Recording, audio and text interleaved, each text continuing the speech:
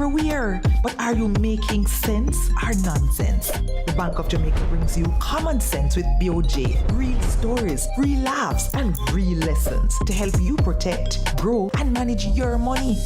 Mattress savings. At least my mattress. You charge me to sleep on it. Partner plan. Remember last year we needed our payouts early? But Miss Pam gave it to her cousin first. Or a sketchy loan flyer. Electrifying deals. See why making the right financial choices is pure common sense. Brought to you by Bank of Jamaica, empowering everyday Jamaicans one episode at a time. Grandpa, it's 2026. You can't keep hiding all your money in every single pocket forever.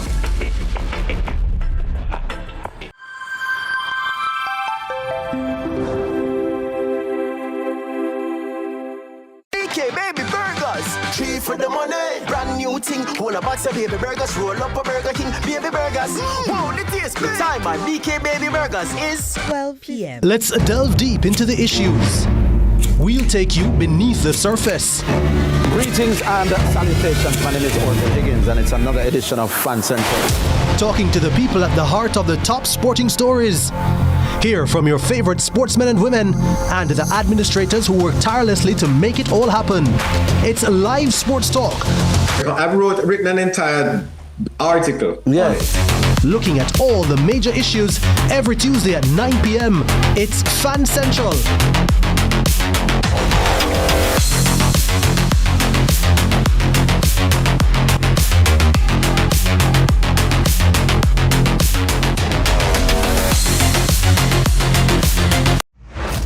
The stylist, no scammer, no style me. From the market to the farm to the office, money talk is everywhere. But are you making sense or nonsense? The Bank of Jamaica brings you common sense with BOJ. Real stories, real laughs, and real lessons to help you protect, grow, and manage your money.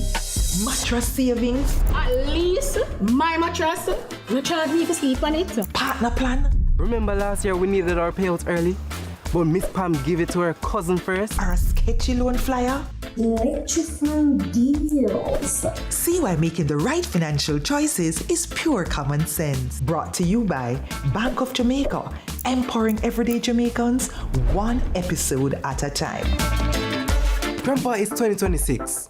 You can't keep hiding all your money in every single pocket forever.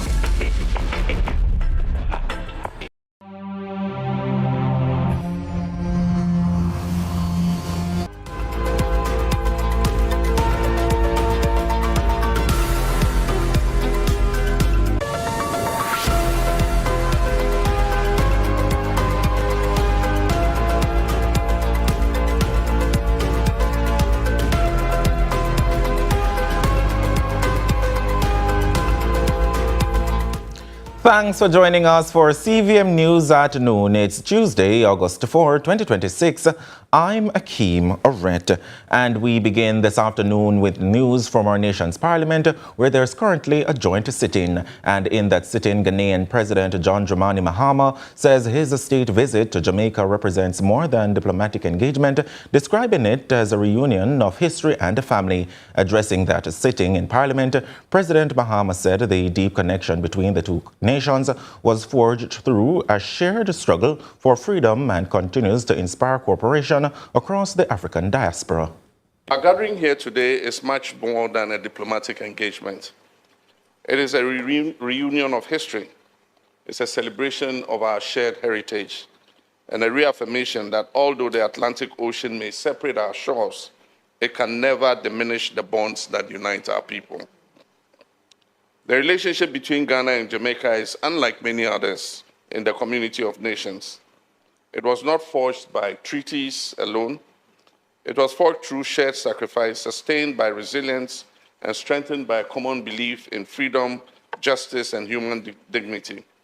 Still in the nation's parliament, where Prime Minister Dr. Andrew Holness has reaffirmed Jamaica's commitment to strengthening its long-standing partnership with Ghana. The Prime Minister said both countries must now build on their shared history by expanding cooperations in areas such as trade, diplomacy, and development. Jamaica and Ghana share an exceptional relationship rooted in ties that predate the establishment of diplomatic relationships on the 8th of May, 1968. The cultural, linguistic, and spiritual heritage carried from the Gold Coast remains woven in Jamaican society. Through geography, history, and heritage, we are united. The People's National Party has welcomed Ghanaian President John Dramani Mahama to Jamaica while calling on the government to explain why the country did not publicly co-sponsor a landmark United Nations resolution on reparatory justice.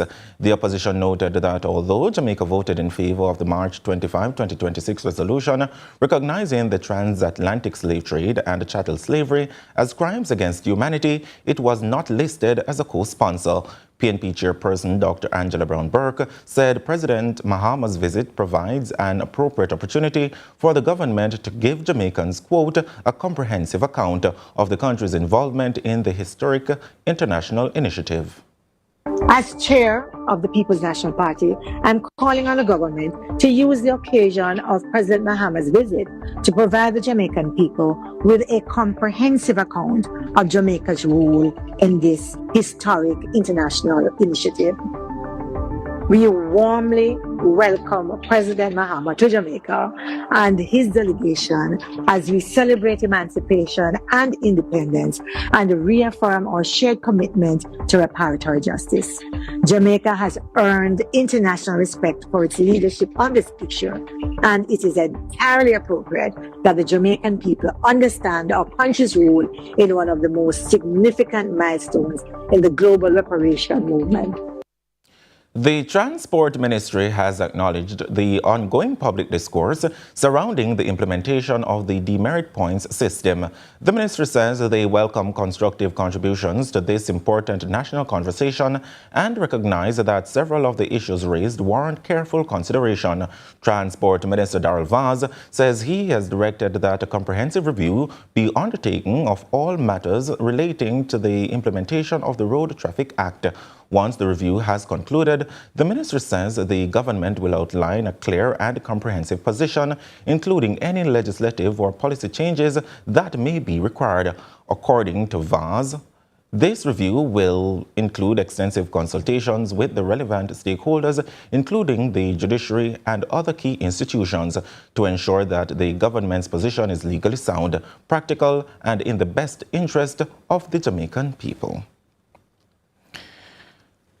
To other news now, a man has been arrested by police after he was mobbed by residents of Barton Wharf, Lacovia in St. Elizabeth, where a search is now underway to locate the body of his spouse, 50-year-old Nicole Brown, otherwise called Nikki. Police say an extensive search is being done in a river in the Lacovia area. Reports are that Roden was last seen on Sunday. It was also reported that relatives became concerned on Monday when she was not seen at her house and checks were made to locate the spouse. It was further reported that on Monday night, residents saw the man in the community and confronted him about the woman's whereabouts, at which point he was mobbed. Police quickly responded and rescued the man who residents accused of killing and dumping Roden's body in the river. A CVM News investigation into the Child Protection and Family Services Agency's child abuse reporting system has raised fresh concerns about whether vulnerable children can get help when they need it most. After repeated calls to the agency's reporting numbers went largely unanswered, child rights advocates are now urging the government to investigate the apparent breakdown and strengthen the country's child protection response.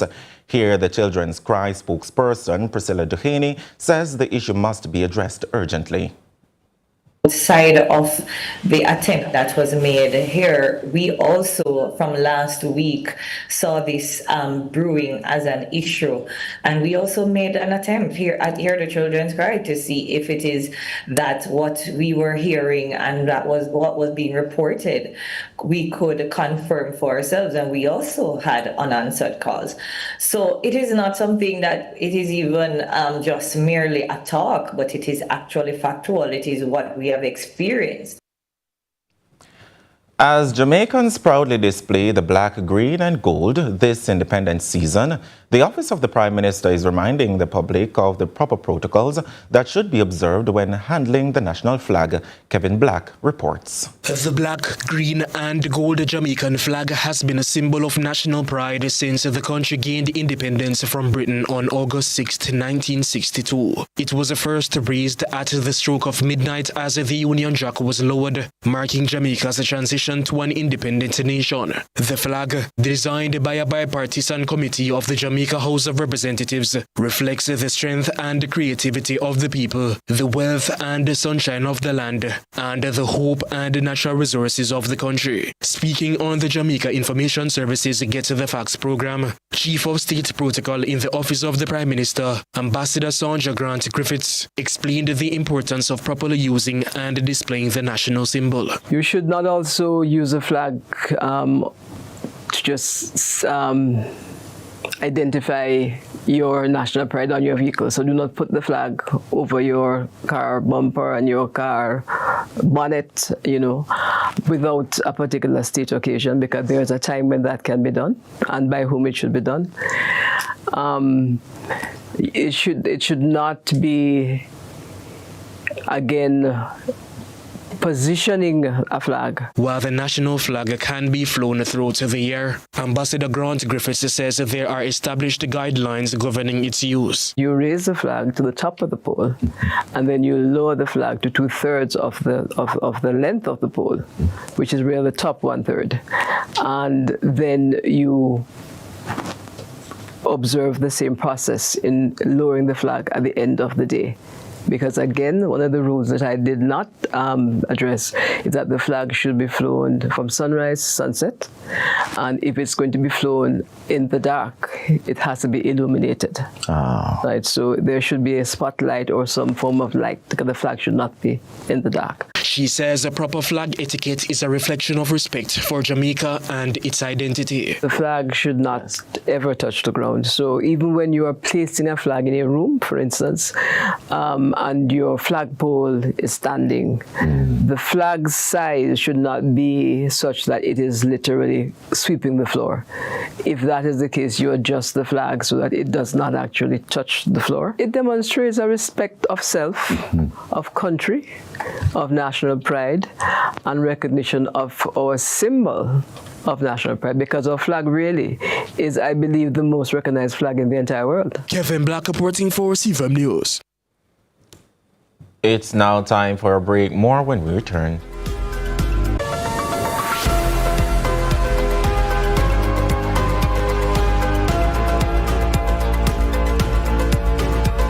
Heart of the Caribbean lies a beacon of financial opportunity. Welcome to Jamaica, where beauty and vibrance meet business and innovation. At the forefront of making Jamaica a robust financial hub, the Jamaica International Financial Services Authority leads the charge with trust and integrity.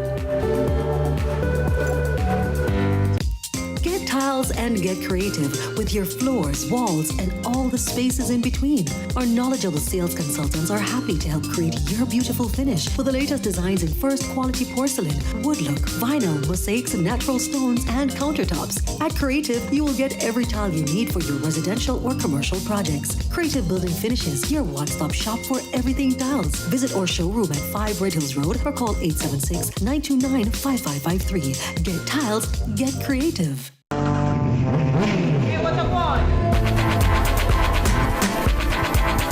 Hi, I am Kendi Pang.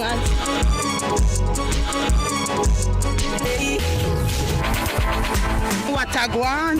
Watagwan. Datagwan. Watagwan. Watagwan. Watagwan.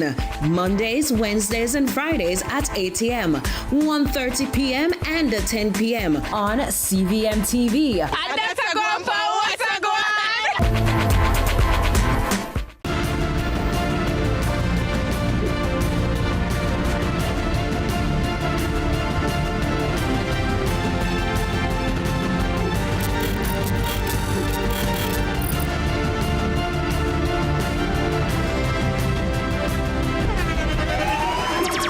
the internationally acclaimed On Stage with Winford Williams. At a new time, Saturdays at 8 p.m.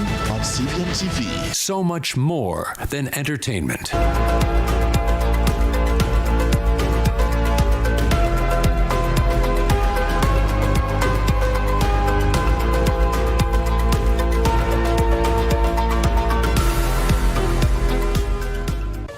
Welcome back to CVM News at noon, and thanks for staying with us. The Jamaica Actors Guild Association, JAGA, recently marked the historic launch of Jamaica's first exclusive organization and union to protect and advocate for local actors. The union aims to give performers, for the first time, an organized voice to collective negotiate wages, ensure proper working conditions under standard contract terms, among several other benefits. Chairman and founder of this new creative initiative, Cornelius Grant, joins us now in studio to tell us more about JAGA. Good afternoon, Mr. Grant, and thank you so much for joining us this afternoon. Thank you for being here. Good afternoon. Thanks for having me. So describe for us in more details what is the Jamaica Actors Guild Association. All right. So Jamaica's Actors Guild Association is based off, SAG, the United States has their own Actors Guild, and we base it off SAG. So what we do, we form a union for all actors, local and international, once you have Jamaican heritage or Jamaican band, to come under one umbrella. We are here to support all the actors in theater and in film as well. So if you're an actor and you want to register, for now you can follow us on our Instagram page, because we're here for example, when I started out acting, there was never anyone asked me how much you want. They were always telling, okay, this is what you're getting. So now we're saying, no, this has to stop. It's not about what you want to pay us, it's what the pay is worth. So a lot of film is coming to Jamaica now, and we're saying the same amount of money that you're going to pay the actors in the United States, if it's $10, when you come to Jamaica, you pay the Jamaican the same $10. So in addition to those benefits you've just mentioned, what more will JAGA do to ensure the local creative industry benefits?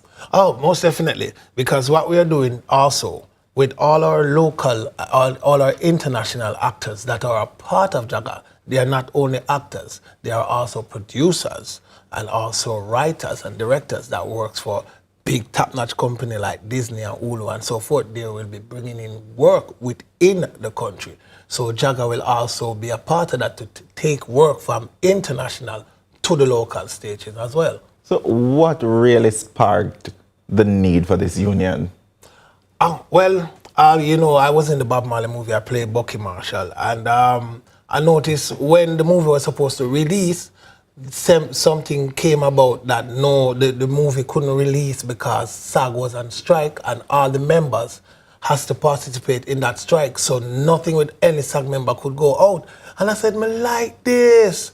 We need to have something like this, because for far too long, actors don't get no respect in Jamaica. Everything is the artists or the athletes get respect in Jamaica. What about the actors? We are here making people laugh, we're making people cry. We're not getting the same respect, so we need a union to let them know we have a voice. Here is a voice, here is JAGA. So that sparked that in me to say, here what? We need to start a union, and Michael Nicholson, he is the president of JAFTA, so JAGA. So we start that union. We have more board members. We have Charmaine here with us from the States as well. She's here from Miami. She's a member from Miami. She's here. We just recently launched last night for the movie Redeem. So we are here supporting each other, and we want all the actors, local, international, Jamaica, know that, hey, we are here, we want to be a unit, we want to know better workspace, better work treatment, the hours that we work, and better pay wage and all of that. So that's what we're here for. And acting too is often seen as a gig, more so than a standardized, sustainable profession. Do you agree, and how will JAGA change that narrative? All right, so I like the fact that you brought that up. Yeah, I'm also a director. So when I'm directing and I want to use certain space in certain areas, people are saying, go on with that, I rubbish that tornado. And I'm like, but if you're building, is shown in a movie, that's free advertisement for you. They're not looking at it like that. They're looking at it like, oh, this one not serious. It's a big one side because people don't take acting serious. Listen, I don't have a full-time job. I don't have a full-time job. I act full-time. I do other stuff part-time. I MC, I do all that. But I would love to can act full-time. So now Jagga is here to try to make sure that happens. You know what I mean? They are Ministry of Culture and Entertainment. They also have a insurance plan for entertainers. So Jagga will also incorporate that within our plans. And now we are looking forward for also pensions. Because, you know, after we retire, you know, movie release and some of it get cut out of royalties. How will we benefit from them? What will we inherit later on when we are old and can't work? Which, even though acting is the only profession in the world that does not discriminate and does not have a retirement. Yeah. So, with the continuous impact of local films and actors on the international market, do you see this industry as the country